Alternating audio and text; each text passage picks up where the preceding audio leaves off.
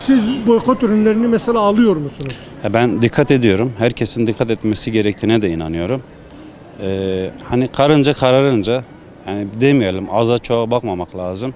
Herkes elinden geldiğini yaparsak damlaya damla göl olur. Böylece de belki bazı şeylerin önüne geçmiş oluruz. Maalesef orası zaten içimizdeki kanayan bir yara. Bütün İslam alemi için de söylüyorum, geçerli. O konuda da eksiklerimiz var. İnşallah Allah onların acısını da yaşatmasın. Allah hiç kimseye de yaşatmasın. Her bir Müslümanın, her bir vatanını seven, ülkesini seven insanın yapması gereken bir şeydir bu aslında. Bu insanda o düşünce varsa zaten sen onu yapıyorsundur. Ben yapmaya çalışıyorum. Hasbelkader, yani yapabildiğimiz kadar yapıyoruz. Eskilerimiz yok mu? Amen, o da vardır. Ama herkes elinden geldiğini yaparsa çok da güzel yol kat edeceğimize inanıyorum ben. İçimizdeki dualarla o Gazze'deki kardeşlerimize dua ediyoruz. Allah zalimlerin belasını versin. Başka yapabileceğimiz bir şey de yok. Bilmiyoruz ki onların o lanet malları hangisidir.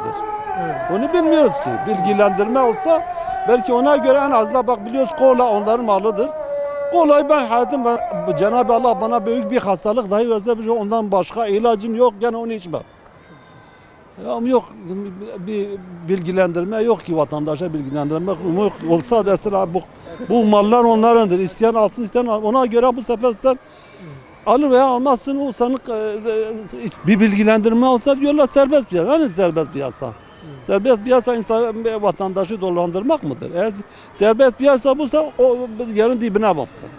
Tüm kalbimle inanıyorum, bütün vatandaşlar da aynı uygulamaya geçer. Ona göre o iman, kalbindeki iman gücüne göre onlara o muameleyi yapar, o uygulamalara geçer. Biz bir şey alırken ilk başta bakıyoruz nerede üretilmiş, kimine ait oluyor veya yani ille yani İsrail'e destek vermemeye çalışıyoruz bu konuda. Sadece kendi üretimimize almaya çalışıyoruz. Yerli üretim şart yani. Onları almaya çalışıyoruz. Özellikle dediğim gibi gençlerimiz dikkat etsin. Ne aldın özellikle baksınlar. Kim ne üretiyor ona baksınlar. Ona göre alışveriş yapsınlar. Özellikle İsrail mallarına uzak dursunlar, almasınlar. Kendi ürettiğimiz malzemeleri kullanmaya çalışalım. İsrail'in olduğu malları kullanmasınlar abi. Dinimiz nedir? İslam'dır değil mi? Biz İslam'a göre hareket etmemiz lazım. Ama maalesef bu sadece formalite cevabıdır. Yani adı var ama kendisi yok. Abi siz bir vatandaş olarak boykot ürünlerini alıyor musunuz? Yani ben almıyorum. Yani alsam da almak zorunda kalıyorum. Niye? Bir akrabam evime geldiği zaman bir kola almak zorunda kalıyorum. Yani istemesem de almak zorunda kalıyorum. Bu kola aldığım zaman ne oluyor? Bu sefer yani normalde almamam gerekiyor. Bile bile almak zorunda kalıyorum.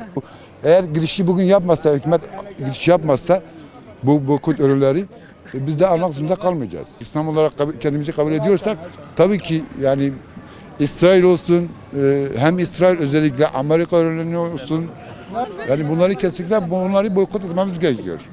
Bunları almamamız gerekiyor ama maalesef içeriye soktukları için yani sınırı içinde koydukları için almak zorunda kalıyoruz.